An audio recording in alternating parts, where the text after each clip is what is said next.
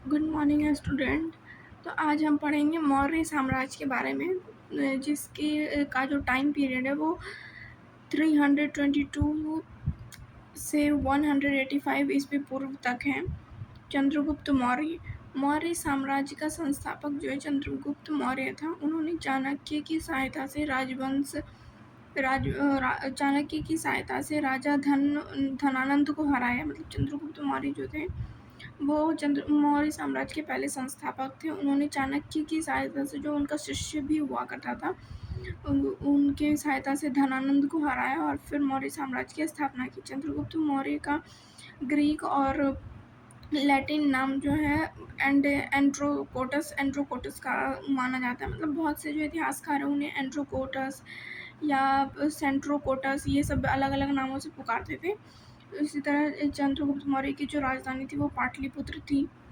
चंद्रगुप्त मौर्य की राजधानी पाटलिपुत्र। चंद्रगुप्त मौर्य ने 24 वर्ष तक शासन किया। मतलब इन्होंने जब मौर्य साम्राज्य की स्थापना की तो उससे 24 साल तक इन्होंने मौर्य जो भी एरिया था उस पर अपना शासन चलाया। इनकी मृत्यु जो है वो इन्होंने 305 ईस्वी में सेल्यूकस निकेटर को हराया। सेल्यूकस निकेटर ने अपनी पुत्री यानी कि सेल्यूकस निकेटर की जो पुत्री थी कार्नेलिया, उनकी शादी चंद्रगुप्त मौर्य से कर दी। मतलब वो जो विवाह वाली नीति होती थी वो विवाह वाली नीति यहाँ पे सेल्यूकस निकेटर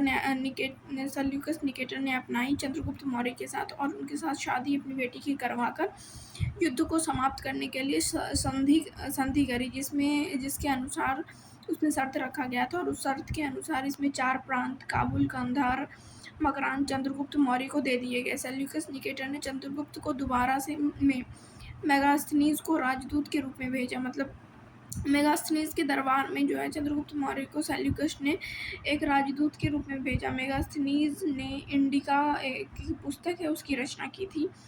चाणक्य जो चंद्रगुप्त मौर्य का शिष्य हुआ करता था कभी, जिसका नाम कौटिल्य या विष्णुगुप्त के नाम से भी उसे जानते हैं, उन्होंने अर्थशास्त्र नामक पुस्तक की रचना की। अर्थशास्त्र आप लोगों को पता ही होगा कि मेगास्थनीज ने इंडिका की रचना की और चाणक्य ने अर्थशास्त्र की स्थापना की। चंद्रगुप्त मौर्य ने बाद में चंद्रगुप्त मौर्य के बाद के जो राजा बने मौर्य साम्राज्य के वो बिंदुसार थे। चंद्रगुप्त का महल लकड़ियों का बना हुआ था। इसने अपनी अंतिम समय कर्नाटक के श्रवणबेलागोल में बिताया। चंद्रगुप्त मौर्य के बाद आ गया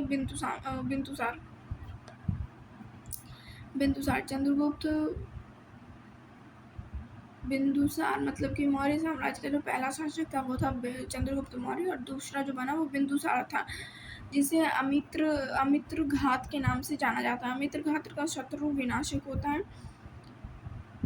बिंदुसार के शासनकाल में डायमेकस नामक यूनानी राजदूत उनके दरबार में आया। बिंदुसार ने भी कुछ बहुत बड़े काम किए नहीं थे, तो इसलिए इनके बारे में उतना कुछ है नहीं।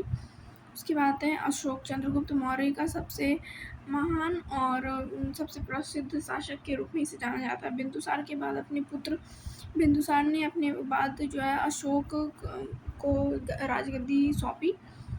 अशोक जो बिंदुसार का ही पुत्र था। पुराणों में अशोक को अश्ववर्धन के नाम से भी संबोधित किया गया। मतलब वो जो बहुत सारे पुराण हैं उसमें अशोक को अश्ववर्धन के नाम से संबोधित किया गया। फिर इसे सम्राट के नाम से भी जाना जाता था।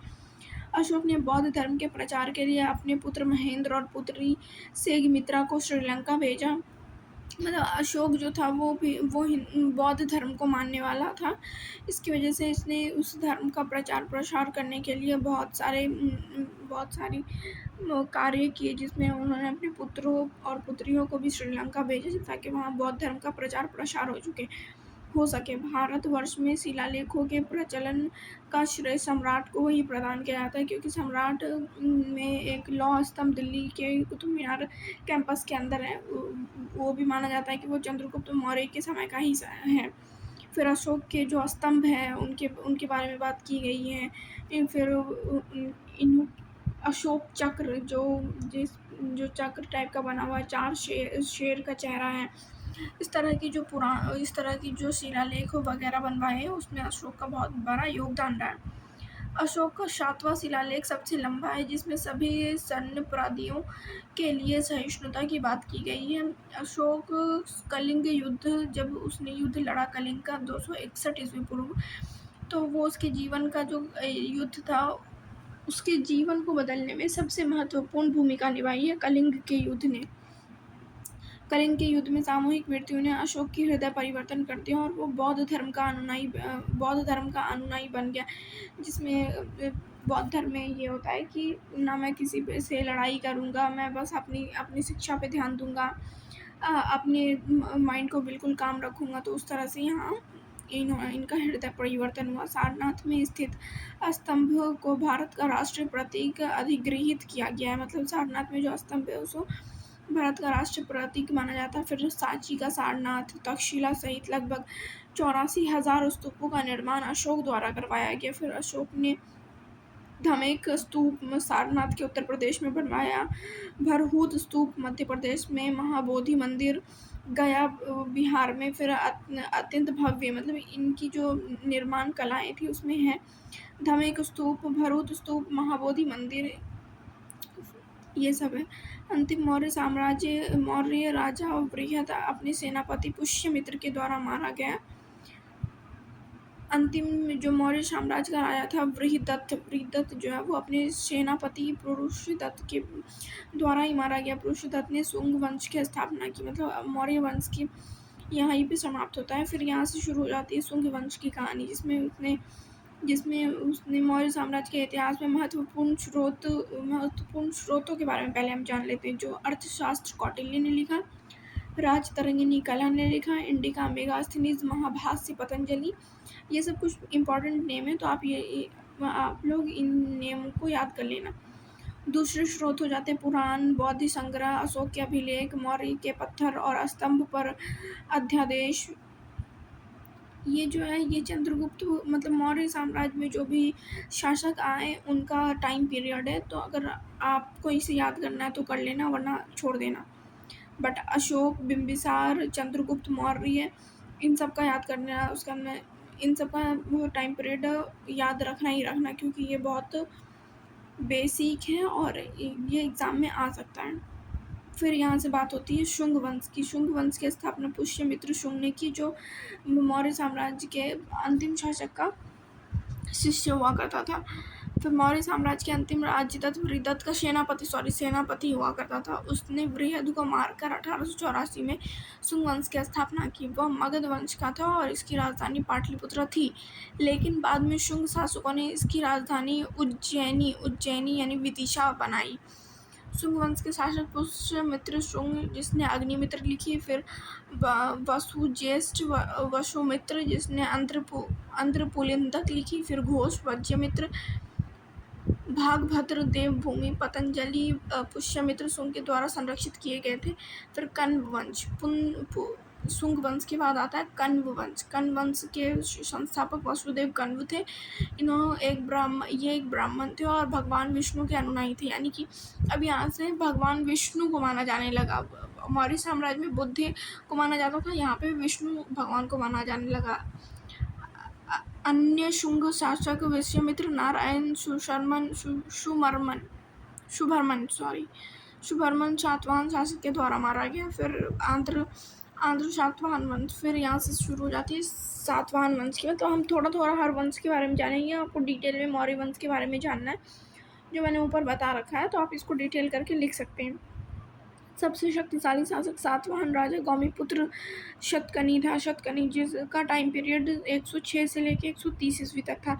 उन्होंने शकों, यवन और पल्लवों को पराजित किया। फिर एक अन्य वंश आता है कुछ खरवेला चेदी वंश का, मतलब चेदी वंश में सबसे महान शासक थे खरवेला। जानकारियों के स्रोत हाथी गुम्फा, स्तंभ, शिलालेख खारवेल के द्वारा ही बनवाई गई थी। तो इन खारवेल वंश के चेदी वंश के बारे में भी जान लेना है, क्योंकि चेदी वंश पे भी कुछ सवाल आ सकते हैं। फिर हाथी गुम्फा शिलालेख जो है वो खारवेल के द्वारा बनाई गई। इंडियो ग्रीक भारत में सेना का सिक्का जारी करने वाले सबसे पहले थे। सिक्का जारी करने की संख्या कुषाण शासन के काल में बहुत ज़्यादा ही बढ़ गई थी।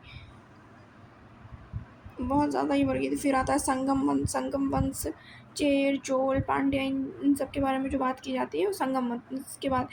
संगम वंश में पहला जो था वो थेमनतुरई, दूसरा कटपुरम, तीसरा उत्तर मदुरई, ये सब जो है स्थान थे। फिर आता है चेर वंश का शासन केवल केरल के क्षेत्र पर था। इस वंश का प्रतीक चिन्ह धनुष था।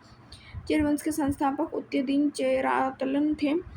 चोल वंश के संस्थापक विजालय, राजधानी कावेरीपट्टनम था। चोल वंश के सबसे अधिक शक्तिशाली राजा राजा राज और उनके पुत्र राजेंद्र प्रथम थे।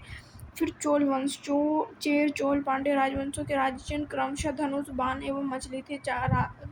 राजेंद्र प्रथम ने नई राजधानी की स्थापना की जिसे गंगेकोंड चोलपुरम कहा जाता है। ये थोड़ा साउथ के नाम है तो थोड़ा दिक्कत हो रही है।